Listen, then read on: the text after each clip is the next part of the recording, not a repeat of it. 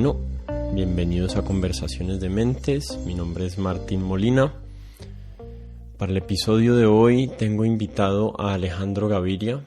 Alejandro fue ministro de Salud en Colombia del 3 de septiembre del 2012 al 6 de agosto del 2018, durante 6 años casi, y ahora es el rector de la Universidad de los Andes. En este episodio con Alejandro conversamos acerca de la manera en que algunas posiciones iliberales o antiliberales se están volviendo más comunes en la cultura y academia. Hablamos de la reciente carta que se publicó en Harper's Magazine, que firmaron 150 escritores, entre ellos Salman Rushdie, J.K. Rowling, Steven Pinker, Noam Chomsky, entre muchos otros. Y también hablamos acerca de la importancia de las ideas de Darwin, de por qué él considera El origen de las especies tal vez el libro más importante escrito para la humanidad. Estoy de acuerdo, y también hablamos de temas un poquito más filosóficos como el sentido de la vida y otros temas, el potencial peligro existencial que tenemos como seres humanos. Para los que llegan nuevos a este podcast, los invito a que se suscriban en Apple Podcasts o en Spotify. Nos pueden encontrar como Conversaciones de Mentes. Y también los invito a que revisen los episodios anteriores que he publicado.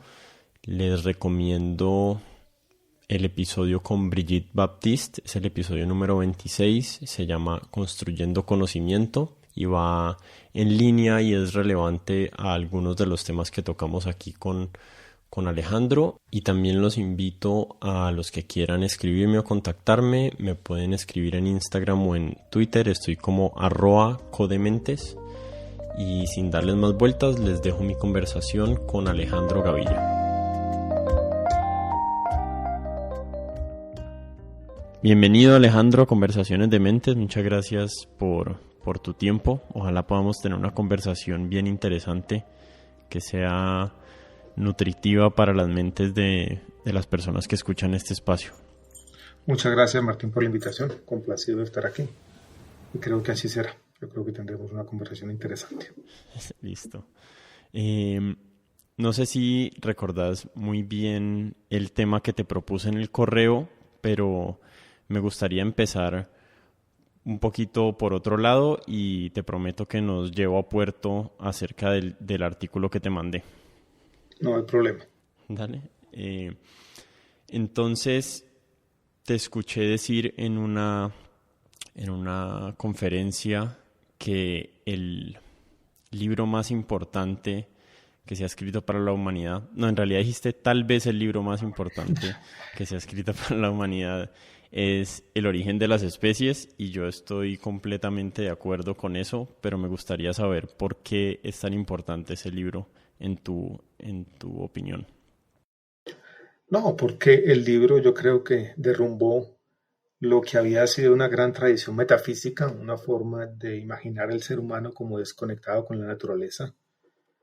Es un libro que mostró de manera fehaciente, sin que quedara ninguna duda, nuestro origen, como decía el mismo Charles Darwin, nuestro origen humilde, que estamos de alguna manera emparentados con todos los seres vivientes y que de alguna forma somos una especie accidental, el resultado de un montón de contingencias irrepetibles que si de alguna forma fuéramos a repetir o devolver el cassette de la vida, para utilizar una metáfora ya de otras épocas, y volverle a poner play, probablemente la historia del ser humano o la historia de la vida sería muy distinta.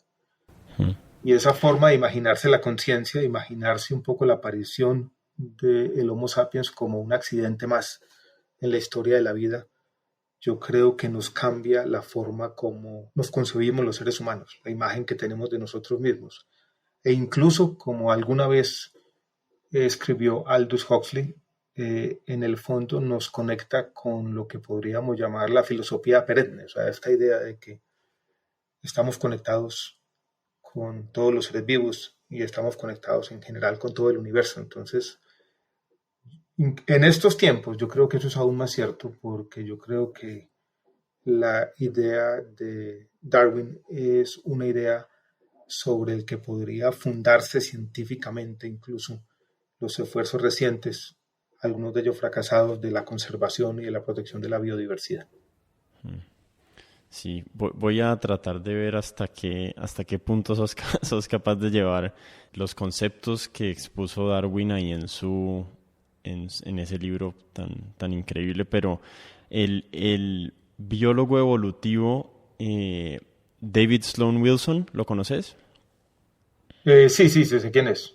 Sí. Entonces él dice en su último libro, dice que la revolución darwiniana no estará completa hasta que pueda explicar todo lo relacionado con lo humano, lo cultural y lo político, y no solo lo biológico.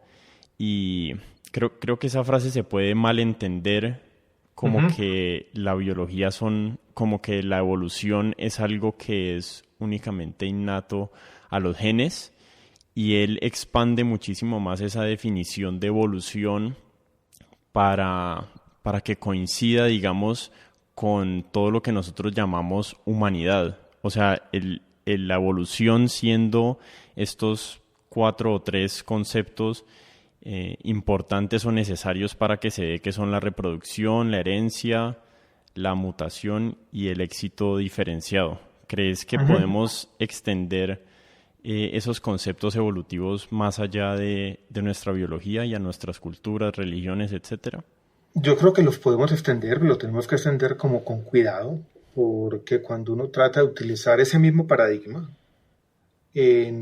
por fuera de la biología y las ciencias sociales, por ejemplo, y tú mencionas la ciencia política, se ha tratado en la economía también y se ha tratado en la sociología. Yo creo que ahí las ideas de Darwin se empiezan a convertir en una especie de metáfora, ¿sí? En una forma de ordenar las ideas, una forma de entender ciertos procesos naturales. El mismo Richard Dawkins, al final de su famoso libro El gen egoísta, cuando inventa la palabra meme, que se ha convertido en un meme, la misma expresión meme paradójicamente. Sí. Yo creo que está mostrando el potencial que tienen estas ideas para explicar fenómenos más allá de la evolución biológica. Pero la frase que tú mencionas, que no la conocía, me parece un poco exagerada, ¿no? Porque en el fondo tiene la pretensión de una teoría que lo explica todo, de una forma de ver el mundo que lo explica todo, y yo creo que la evolución de las ideas, por ejemplo, es distinta a la evolución biológica, porque los procesos de que podríamos llamar de fertilización cruzada son mucho más comunes en las ideas. Yo creo que hay historias de religiones que pueden contarse de esa manera, hay sincretismo, hay formas como...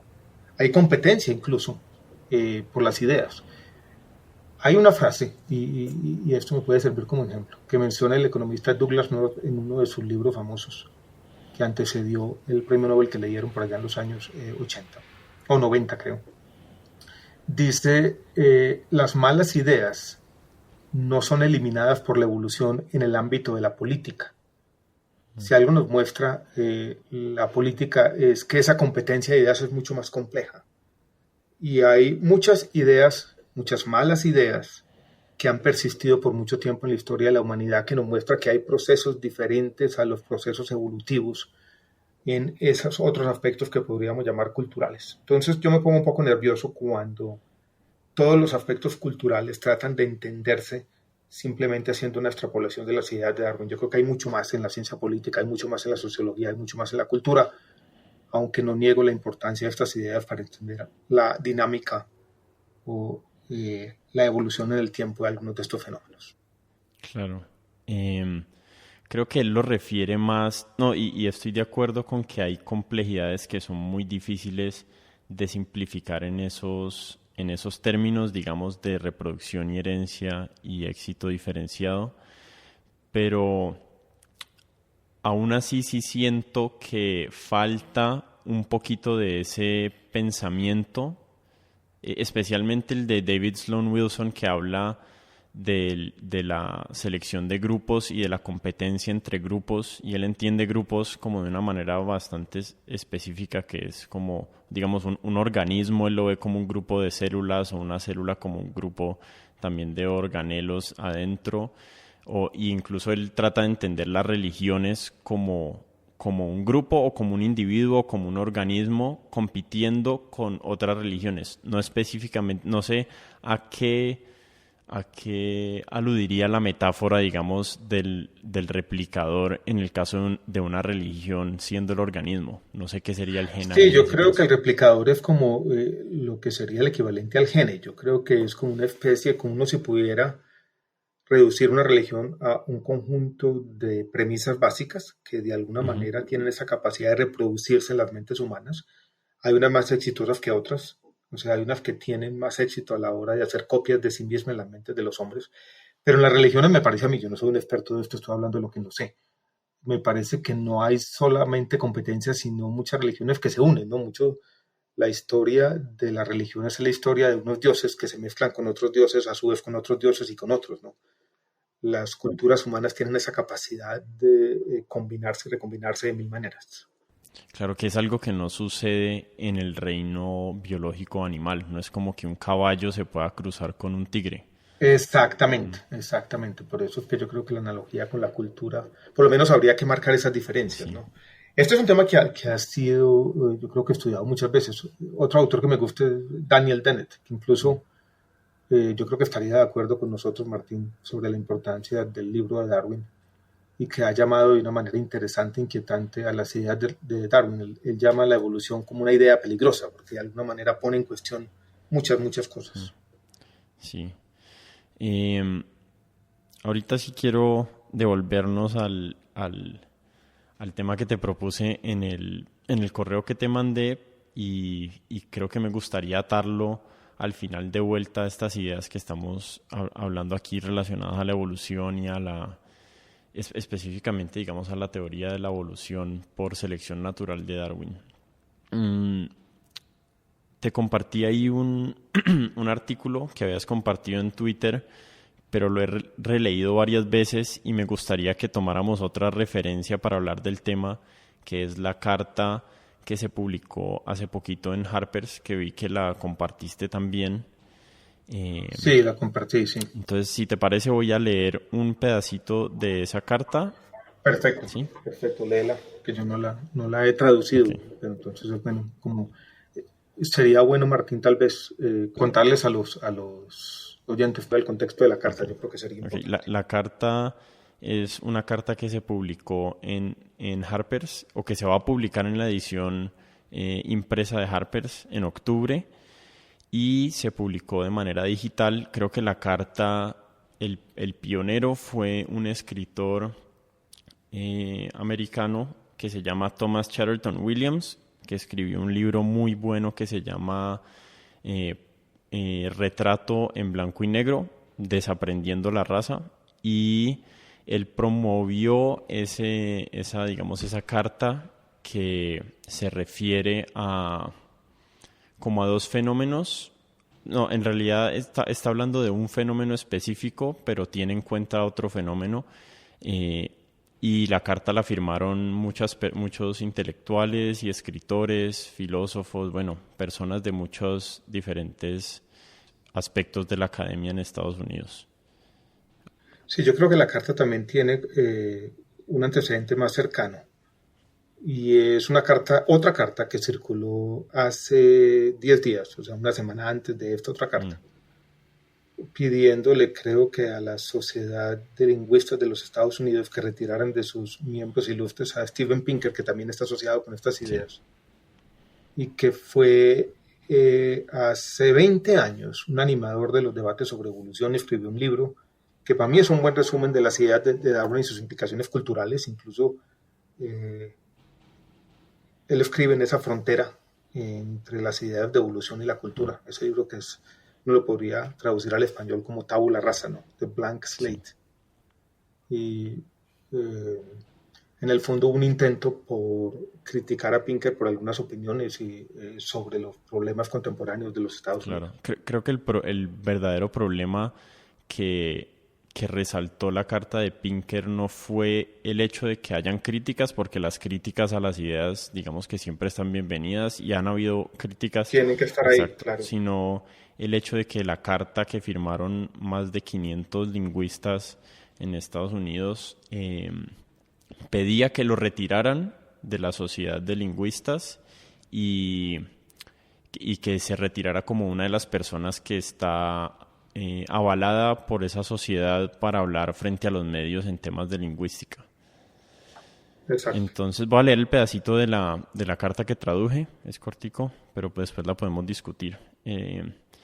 Decía: nuestras instituciones culturales se enfrentan a un momento difícil. Poderosas protestas por justicia social y racial demandan reformas a la policía y llamados más generales por mayor igualdad e inclusión en nuestra sociedad. Pero este reconocimiento necesario ha intensificado un nuevo set de actitudes morales y políticas que tienden a debilitar las normas del debate abierto y la tolerancia de diferencias en favor de conformidad ideológica. Creo que eso resume bastante bien lo que expresa la carta, ¿no?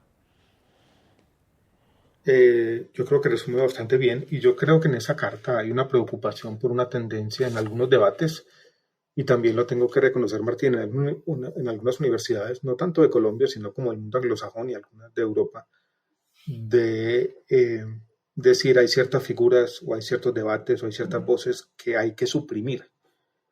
Y hay tendencias que uno podría llamar antiliberales, ¿no? Y a ese antiliberalismo yo creo que refiere la carta, entre otras cosas.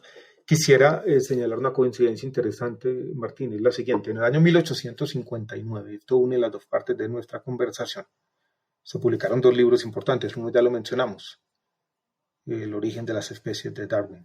Pero otro libro, es un libro que tiene mucho que ver con este debate, ya te voy a explicar, o ya voy a tratar de explicar por qué. Y es el libro sobre la libertad de John Stuart Mill. Y quiero traer a cuento algo que escribió Isaiah Berlin sobre lo que pensaba Mill en su momento. Decía lo siguiente: Mill creyó que mantener firmemente una opinión significaba poner en ella todos nuestros sentimientos.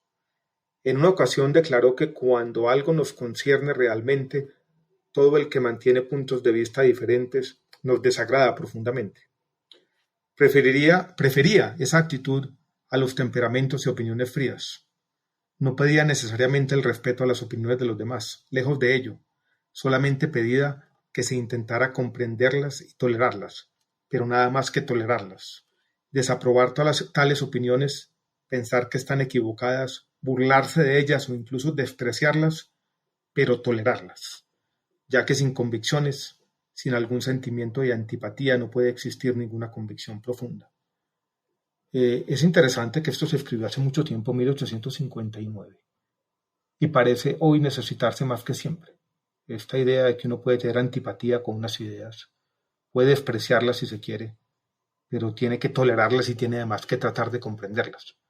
Me parece que la carta es otro intento más en la historia de las ideas de la humanidad, en un momento difícil, donde la intolerancia parece crecer, de volver a poner las ideas liberales sobre la mesa y decir: tenemos entre todos que aprender a tolerar. Claro. A mí me parece que hay como dos bandos en este momento en los extremos del espectro político. Un lado, el lado, digamos, más extremo conservador, me parece que en este momento descuenta lo peligroso que puede ser un líder populista y autoritario.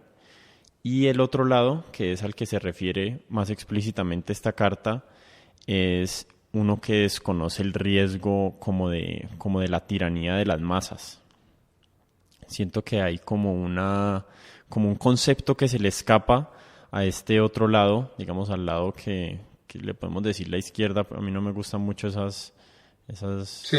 clasificaciones, pero digamos que el lado más liberal en este momento, siento que hay un concepto que se le escapa y es el de los trade-offs. No sé cuál es la traducción precisa de eso, pero creo que se les escapa que cuando uno trata de optimizar únicamente un valor, o digamos que el valor sea la justicia en este momento, puede perder algo que es la libertad, el otro valor con el que se contrapesa ahí. Y y ese riesgo está inherente y está permanente ahí siempre que uno está tratando de maximizar de alguna manera la justicia sin tener en cuenta la libertad. Yo comparto plenamente eso, Martín. Estamos como conectados en la conversación, ¿no? Porque esa idea que tú traes a colación de los trade-off es la misma idea de Isaiah Berlin sobre lo que él llamaba el liberalismo trágico. O sea, que hay valores como la justicia y la libertad que en muchos casos entran en conflicto. Y es trágico porque no podemos tenerlos los dos. Y yo comparto tu opinión de que hay partes del espectro político donde esa idea no se tiene y de alguna manera tienen una ilusión perjudicial de que es posible tenerlo todo. Y yo entiendo el afán de justicia, pero un afán de justicia que olvide las otras dimensiones de la vida humana termina esclavizándonos de alguna forma. Claro, claro. Hay algo que dice creo que es filósofo, Michael Oakeshott, dice: tratar de hacer algo inherentemente imposible es una empresa corruptora. Creo que eso resume bastante bien. Sí, me gusta mucho la frase. Sí. Estuve leyendo un libro que recomendaste a raíz de un artículo que compartiste de que están evaluando quitar una estatua, creo que era de Constantino en Roma. Y me leí el libro Fahrenheit 451 de... Sí, te lo leíste. Sí, es un libro bueno, del de Ray Bradbury. Yo me lo había leído hace mucho tiempo. Sí. Me gusta mucho Ray Bradbury y hace poco descubrí su poesía. No la conocía, ¿no? No, yo tampoco, no la he leído tampoco y no había leído el libro, sino lo recomendaste ahí y me lo leí y me agarró como en las primeras 5 páginas, ya uno queda totalmente enganchado. Sí. Entonces hay una idea en ese libro que me parece importante, que no es como, tal vez no es la premisa más importante del libro, pero sí es algo de la conversación del jefe al personaje principal, que se llama Montag, cuando el jefe le cuenta cómo llegaron a ese estado o a esa distopía en la que están viviendo los personajes, y el jefe le explica que en el mundo que vivían antes la información se volvió como tan ubicua y era tan difícil discernir la verdad como a causa de los permanentes desacuerdos por minucias entre académicos, que la gente decidió cancelar el pensamiento y los libros a raíz de que se volvió como un sinsentido. Y muchas veces la academia sí se vuelve como esa batalla narcisista de las pequeñas diferencias, y eso hace que el público se desconecte de eso. No sé si sentís que algo así está pasando ahorita en muchas áreas académicas que de alguna forma están estancadas y uno siente que no hay real progreso, sino que es como unas minucias por las que se debaten los académicos que son casi intractables para el público general. Yo compartí el libro en parte por ese fragmento que tú mencionas, Martín. Me acordé de eso. Y yo comparto lo que tú dices. Yo creo que hay cierto ensimismamiento en la academia. Yo creo que como hay tan poco en juego, las peleas son muy enconadas. Y yo creo que esas peleas, para quien las mira de afuera, tienen mucho de ridículo. Y yo creo que la academia es un mundo extraño, si se quiere, un mundo donde se conjugan muchas de las mejores partes de la sociedad. Cierto idealismo, cierta adhesión al conocimiento, pero también de las peores partes, ¿no? De peleas sin sentido, de egos y de una irrelevancia que, vuelvo y repito, tiene casi elementos ridículos. Entonces, a mí me parece que lo que está ocurriendo en Estados Unidos, por ejemplo, el país que tiene las mejores universidades del mundo, que tiene una academia consolidada, uno podría hacer cualquier contabilidad de premios Nobel y demás, pero al mismo tiempo uno ve esa decadencia y uno ve la polarización del debate político y uno ve la academia muchas veces por fuera de esas discusiones. En el fondo, yo creo que si la academia fuera autocrítica, debería decir: somos en parte culpables. Creo que hace poco Moisés Naim decía que en las universidades pasa algo que es contradictorio, y es que son muy buenas a veces para mirar hacia afuera y recomendar cosas sin conocer bien el mundo, muy malas para transformarse a sí mismas. Entonces yo creo que esas críticas a la academia están más que bienvenidas.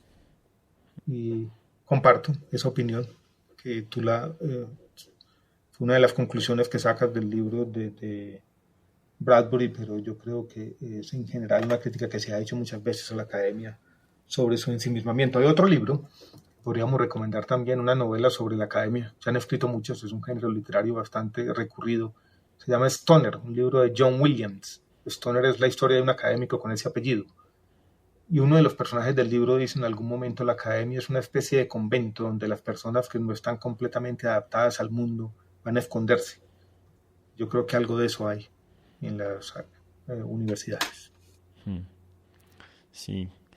¿Y cómo crees que la academia puede aportar digamos, a disolver esa polarización que estamos viendo política que a mí me parece muy preocupante porque siento que... Es una forma de no pensar, ¿no? Es una Sí. forma de anular el pensamiento, esa polarización. Sí. Incluso me ha parecido con este tema, Martín, del COVID-19 y de la pandemia, cómo debates que debían ser científicos se polarizan, ¿no? El tapabocas ya es un tema polarizante en Inglaterra y Estados Unidos, los mismos confinamientos. En Colombia los ventiladores estaban polarizando hace 2 o 3 semanas. Cosas absurdas, ¿no? Sí. Hay una desconfianza ahorita por parte del público, no solo a la academia, sino a las instituciones en general. O sea, creo que el COVID también ha revelado, digamos, la cantidad de burocracia y la cantidad de lentitud de reacción que tienen muchas de las instituciones que tenemos. Por ejemplo, yo en mi Twitter, en mi feed de Twitter, seguía a un grupo de personas, Balaji Srinivasan, Nassim Taleb, en Estados Unidos, que desde enero estaban advirtiendo de la gravedad de la situación mucho antes, o sea, mientras la Organización Mundial de la Salud todavía estaba como tímidamente advirtiendo a las personas, incluso alcaldes en Nueva York y personas del sistema de salud diciéndole a la gente que salieran, que tranquilos, que no pasaba nada, y estos personajes, digamos que estaban adelante de la curva y también han estado adelante de la curva constantemente durante la pandemia. Después estuvieron adelante de la curva en el tema de los tapabocas, después estuvieron adelante de la curva en el tema de que los encierros estaban siendo ineficientes y estaban colapsando las economías a la misma vez que no estaban resolviendo el problema epidemiológico. Entonces yo creo que eso hace que la gente sienta como un desfase entre fuentes que pueden tener que sienten que son más confiables y que más seguido están del lado correcto, y nuestras instituciones en las que deberíamos poder confiar que no encontramos algo que como estabilidad que nos haga sentir que los que están a cargo saben lo que están haciendo. Yo creo, Martín, que hay en el fondo, detrás de todo lo que tú dices, hay como una tendencia que es favorable. Yo creo que la información hoy está mucho más descentralizada de lo que era hace apenas 10, 15, 20 años. Las fuentes del conocimiento no son las mismas. Antes básicamente la gente se informaba por lo que decían las autoridades políticas o lo que decían los grandes diarios y tenían un gran poder. Unos pocos columnistas, unos pocos editorialistas, unos pocos políticos, unos pocos profesores. Y había un monopolio casi absoluto de la información y la gente confiaba en quienes eran los poseedores de ese conocimiento o que eran percibidos de esa manera. Hoy en día la información está por todos lados, ¿no? Y eso ha llevado a que la gente tenga acceso a información, pero también a desinformación. Y dejamos de creer en todo el mundo, ¿no? Porque tenemos mucha información conflictiva. Y como tú dices bien, muchas de las fuentes más confiables de información no parecen ser las fuentes establecidas, ni son las grandes universidades, ni son los principales diarios, ni son las autoridades políticas, sino que están en personas que son capaces de entender lo que está ocurriendo de mejor manera y transmitir esa información de forma más eficaz. Eso es bueno, pero tiene esa otra desventaja, porque yo creo que la absoluta falta de confianza en las instituciones democráticas, en los medios de comunicación y en el mismo conocimiento científico puede terminar siendo perjudicial. Entonces yo creo que sí, esta disolución del poder, no solamente del poder político, sino del poder sobre la información, ha tenido elementos que son claramente positivos, pero tiene como la otra cara de la moneda esta gran desconfianza que existe hoy en día en casi todo, ¿no? Yo creo que hoy en día, Martín, la gran lucha de todos los estamentos, y cuento las universidades allí, es la lucha por la confianza y la legitimidad, que son cada vez más escasas en casi todos los ámbitos de la vida. Sí. Estoy viendo cómo le doy de vuelta a la conversación hacia el tema de la biología evolutiva, porque creo que hay muchas de los problemas que nos agobian hoy en día que en ese ámbito de la academia o del conocimiento hay respuestas. En la conformación de nuestras instituciones, en la conformación de nuestros sistemas políticos. Creo que ese área, digamos, de conocimiento ha estado últimamente como bajo fuego por parte de estas fuerzas iliberales y antidemocráticas, porque es una rama del conocimiento que nos revela conocimiento incómodo acerca de nosotros como humanos, pero que es necesario que reconciliemos esa incomodidad para poder saber qué decisiones son las mejores para tomar hacia adelante como humanidad. El problema es que las verdades incómodas no le gustan a la gente, ¿no? Y casi todos preferimos, casi que instintivamente, las mentiras convenientes, ¿no? Y quien se atreve hoy en día a formular esas verdades incómodas en las redes sociales, en el escenario político, en la arena de la refriega democrática, muchas veces sale perdiendo. Pero yo creo que es muy importante, Martín. Por eso en un librito que yo escribí hace algunos años quise ponerle ese título de Alguien tiene que llevar la contraria. Que en el fondo era otra forma de decir, alguien tiene que decir esas verdades incómodas que tú mencionabas hace un rato. Yo leí un libro hace un tiempo de creo que él es sociólogo o psicólogo social, se llama Nicolás Christakis. ¿Lo has escuchado? Lo he escuchado, no lo he leído.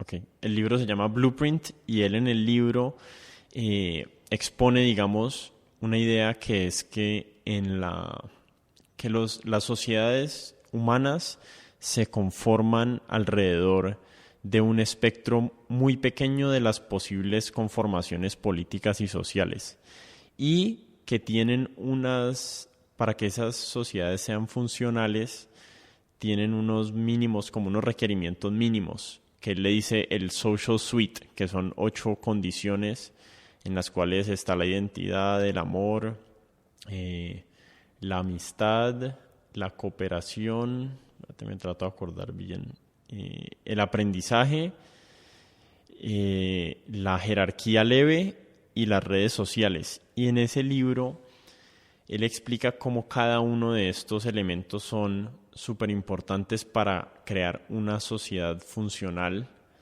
Y todo esto él lo ata a cómo nosotros estamos constituidos por este proceso inmoral o aleatorio de la evolución. Y creo que hay mucho en ese libro que tenemos que entender, hay mucho en el libro que nos ayudaría a entender por qué tenemos una aversión tan grande a la dominación totalitaria, pero también por qué nos sentimos tan incómodos en sistemas sociales que son totalmente igualitarios o que intentan ser totalmente colectivistas. Yo creo, Martín, como bien lo dice, yo creo que hay algo muy profundo en el ser humano. En el fondo casi que una cosa, primero, jovesiana, ¿no? O sea, la capacidad que tenemos cuando sentimos miedo o inseguridad de entregarle toda nuestra libertad a alguien para que nos proteja. Yo creo que eso es muy profundo. Hay, como se ha dicho muchas veces, cierta servidumbre voluntaria en el ser humano. Y eso es trágico de alguna manera porque muestra que las sociedades tenemos pocos mecanismos de defensa para protegernos de embates totalitarios. Y yo creo que el tema de Venezuela es impresionante, ¿no? Todo el mundo sabía lo que iba a pasar.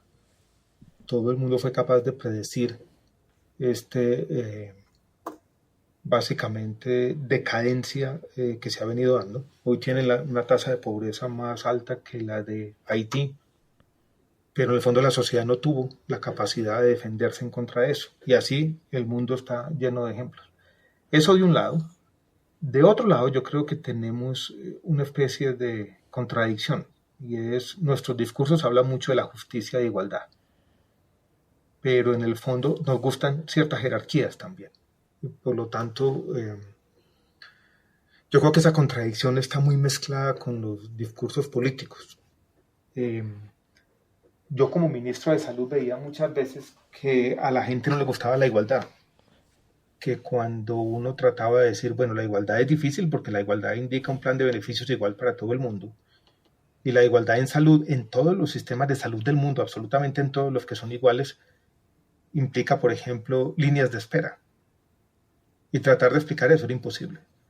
En el fondo la gente estaba hablando de igualdad, pero lo que quería en últimas era tratamiento preferencial. Lo que aspiraba era una jerarquía. La gente habla de igualdad, pero en el fondo lo que quiere decir es yo primero. El tema es que dónde está ese punto, o al menos dónde está el rango dentro de la libertad y la justicia en el que se vuelve tolerable. Y yo creo que muchas de las protestas que vemos hoy en día es porque en este mundo tan globalizado las injusticias que podemos observar se han vuelto intolerables, se han vuelto como que ya nuestras intuiciones morales no nos permiten concebir que el mundo siga de la misma manera, y por eso es que hay tanto radicalismo y ese radicalismo es bastante ciego a los riesgos del radicalismo mismo. Entonces estamos como entre la espada y la pared. Yo En comparto esa que visión, que es la misma visión, si tú la miras bien, Martín, es trágica, ¿no? Porque uno en el fondo dice, está bien eso, la intolerancia con la injusticia está bien. Y yo creo que las sociedades que no son pasivas ante la injusticia son sociedades mejores. Pero ese radicalismo puede conducirnos a más injusticia y a más sufrimiento humano. Y eso a veces es difícil de ver, ¿no? sí, sí, este biólogo David Sloan Tuvimos Wilson. un invitado aquí colado que fue el perro, ¿no? Sí, no sabía si estaba sonando allá o acá. No, está sonando aquí. Está sonando aquí. Qué pena ahí con los Eh, oyentes. no. Hay algo que describe el David Sloan Wilson también, y es que nosotros estamos como preformateados para ser religiosos de alguna manera.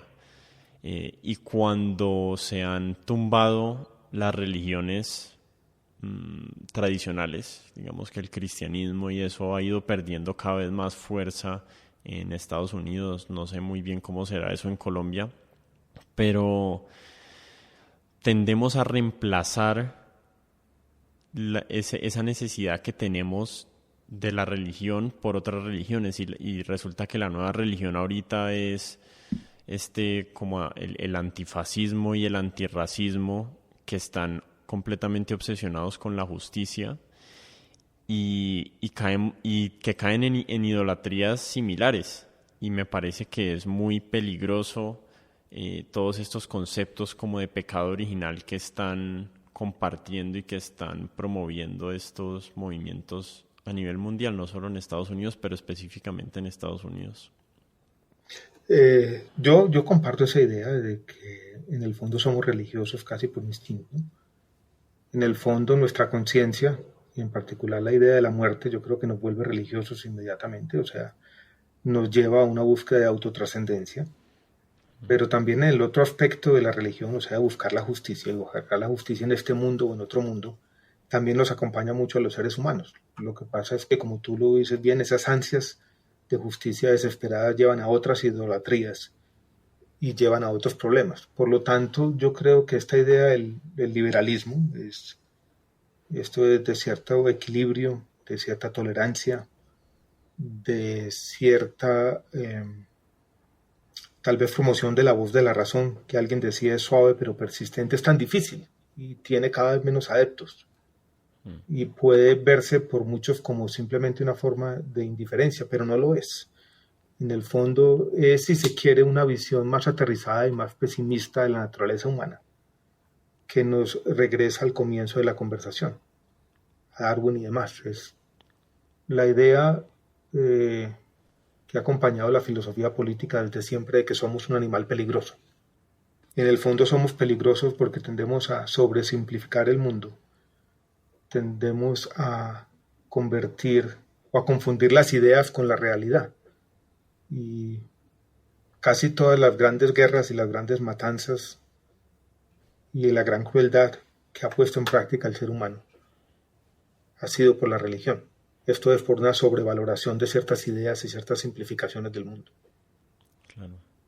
Claro, el comunismo en la Unión Soviética se puede entender como un En el tipo de fondo es una religión. forma de religión, es más o menos lo mismo, la revolución cultural de Mao o incluso las matanzas de las guerrillas en América Latina. Yo hace poquito, por casualidad, leí el diario del Che en Bolivia, o por lo menos unas páginas, y en el fondo es una historia de cruzados, ¿no? Es una lucha religiosa, con todo lo que tiene de locura.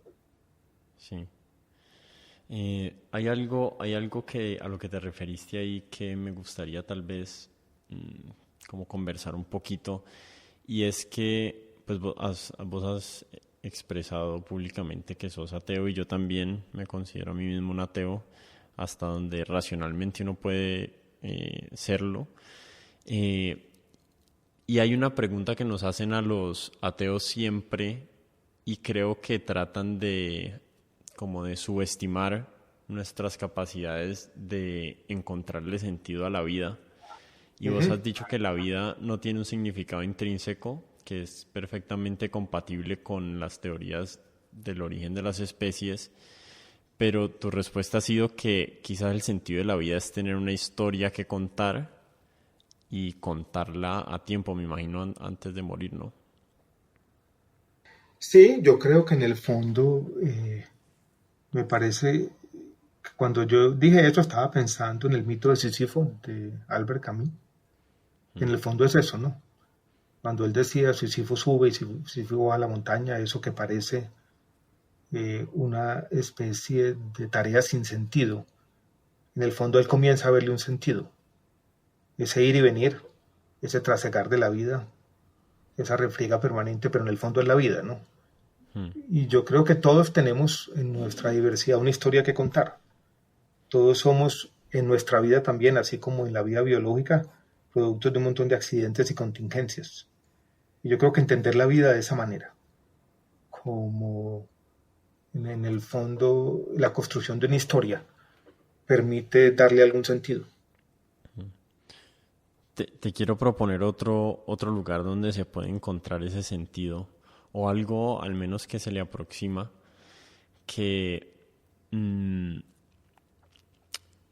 a mí me gusta y me ha guiado mucho en mi vida la práctica de la meditación, me he dado cuenta que cuando me detengo a observar un momento específico, o sea, el momento presente, eh, qué estoy sintiendo, qué estoy viviendo, qué sonidos oigo, qué puedo ver, qué emociones siento, incluso qué pensamientos pienso, y estoy ahí presente, eh, en ese estado, digamos, de total presencia.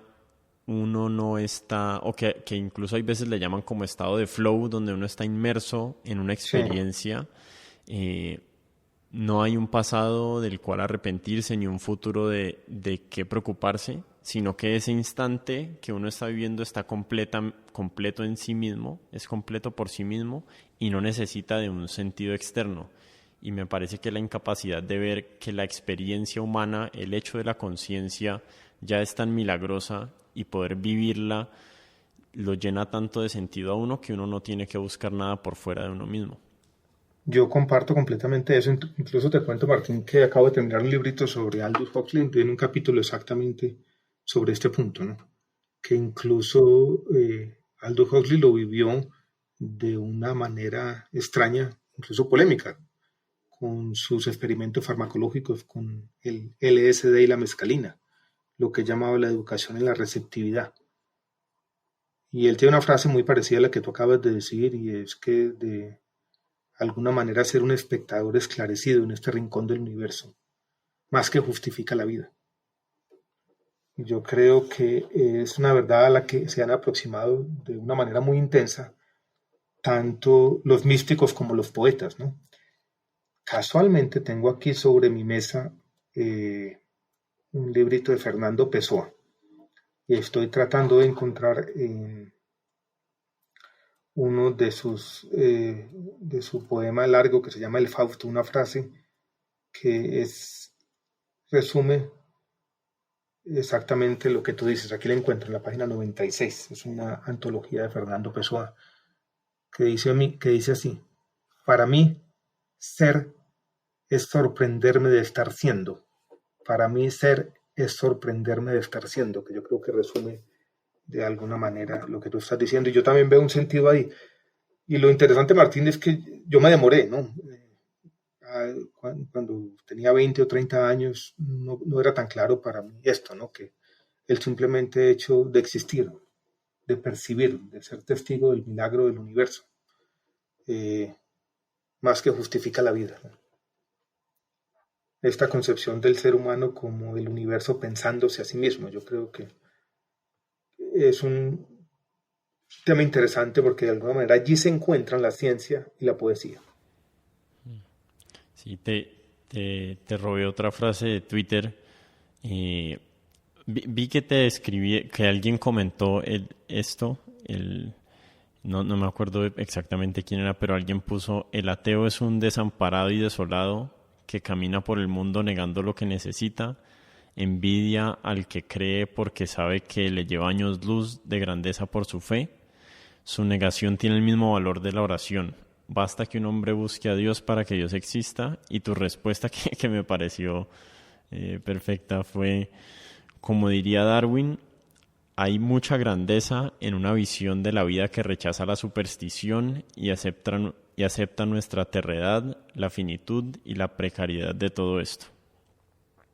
Sí, es un poco una frase con que termina el origen de las especies, ¿no? Él dice que a pesar de todo hay grandeza en esta visión de la vida. Es un poco de lo que estamos hablando, ¿no? Es la precariedad que tiene varias partes, nuestra fragilidad biológica, pero también, Martín, esto une la conversación con la política, es la precariedad también de nuestras instituciones. Y yo tengo esa visión también de la vida colectiva, ¿no? Como la civilización como un barniz, de la dificultad de tener sociedades más o menos funcionales, de la dificultad de los logros sociales, de la facilidad con que volvemos a grandes tragedias y con lo que el progreso social que se construye por años puede retroceder en unas pocas semanas. Sí. Creo que la clave ahí de esa frase que dijiste es más o menos funcionales. Y creo que a muchos nos cuesta aceptar esa realidad que es inescapable, de que nunca vamos a lograr llegar a la sociedad que nos imaginamos, porque y la persecución o el intento de llegar allí es probablemente lo que nos va a terminar llevando al otro extremo. Es muy difícil esa visión llevarla a la arena política, pero cuando yo estaba de ministro, Martín, siempre me gustaba en los discursos terminar con una frasecita diciendo la lucha por un país un poco más justo, un poco más digno y un poco más decente, pero metí esa frase allí un poco, como para hacerles saber a quienes estaban oyendo de que el cambio social es difícil y que los paraísos en la tierra no existen y que básicamente el cambio es incremental y tenemos que ir entre todos buscando resolver nuestros problemas de acción colectiva para ir progresando, pero es difícil, ¿no? Es mucho más fácil casarse con la ilusión, o bien la ilusión conservadora de regresar a un tiempo pasado que supuestamente fue mejor, o esa ilusión liberal de un futuro que tampoco existe, sin conflictos y de una igualdad absoluta y sin injusticias. Las dos ilusiones no solamente son falsas, sino que son perjudiciales, creo yo. Sí. Pues estoy ya consciente de que estamos llegando al final del tiempo, pero te quiero hacer una pregunta con relación digamos, a ese concepto del gradualismo en el progreso, que también, digamos, yo comparto, pero creo que la mejor afronta a ese concepto ha sido que ya pasamos, digamos, como el Rubicón a un tiempo en este momento que estamos especialmente vulnerables como especies por nuestros poderes adquiridos de autoaniquilación. Uh-huh. Y que tal vez si continuamos en esta misma trayectoria de gradual mejoramiento, estamos extremadamente vulnerables porque nuestra sabiduría no ha alcanzado el nivel de nuestro poder para autodestruirnos. No, yo comparto eso. Incluso cuando yo dirigí el Centro ahí de Desarrollo Sostenible de la Universidad de los Andes por algunos meses, casi un año, siempre decía el concepto de incrementalismo ante la realidad del cambio climático se quiebra. Y yo en eso también soy pesimista, como tú lo eres de pronto, que uno ve que pronto esta capacidad que tenemos de autodestrucción parece no tener fin. En el último libro que escribí, siquiera tenemos las palabras. Tengo una especie de ficción, una carta que le escribe una persona a su bisnieta, no soy yo, es otra persona, contándole por qué no fuimos capaces de parar esa tendencia autodestructiva. Y volvía un poco a algunas de las ideas que hemos mencionado aquí en la conversación: la tragedia de los comunes, la incapacidad de resolver problemas colectivos, nuestros apetitos insaciables y un poco nuestro altruismo limitado, la incapacidad que tenemos de incorporar a los demás en nuestras decisiones. Sí, yo soy un pesimista optimista. Sí, yo lo llamo de la siguiente manera, yo creo que yo soy el pesimismo cósmico, yo lo digo así, el pesimismo cósmico, que es el que yo tengo, es completamente compatible con el optimismo de la acción. Okay. Entonces, y me parece que las dos cosas suelen ir juntas. Quienes somos más pesimistas, en fin, sobre el futuro y sobre la naturaleza humana, muchas veces somos más optimistas sobre la capacidad de seguir en algunos ámbitos de la vida mejorando las condiciones humanas y teniendo un poco más de decencia y más respeto a la dignidad, no solamente de los seres humanos, sino de todos los seres vivos. Claro, y eso aplica perfectamente al individuo, ¿no? Porque el pesimismo cósmico es saber nuestra finitud y saber que vamos a morir eventualmente. Exacto. Y el optimismo es saber vivir la vida y saber que estamos aquí y reconocer ese milagro, pues. Y exactamente, esa frase tan bonita de Borges de que todos los hombres todos los días tienen al menos un instante feliz, ¿no? Que es la celebración de la vida en últimas, a pesar de todo. Bueno, pues me gusta esa frase como para terminar. No quiero tomarme más del tiempo del que habíamos pactado. Bueno, Martín, muchas gracias. Gracias por la invitación. Espero que esto pase, podamos algún día saludarnos y darnos la mano, como tiene que ser. Y estamos en contacto. Ojalá. Un abrazo a los oyentes, Alejandro. Y muchas gracias por la invitación. Bueno, muchas gracias a todos los que se quedaron hasta el final de la conversación. Les recuerdo que se pueden suscribir en Apple Podcast o en Spotify o donde sea que estén escuchando este podcast. Y les agradezco también si me ayudan a compartir la conversación. Me parece que son temas relevantes y los espero la próxima vez acá. Muchas gracias.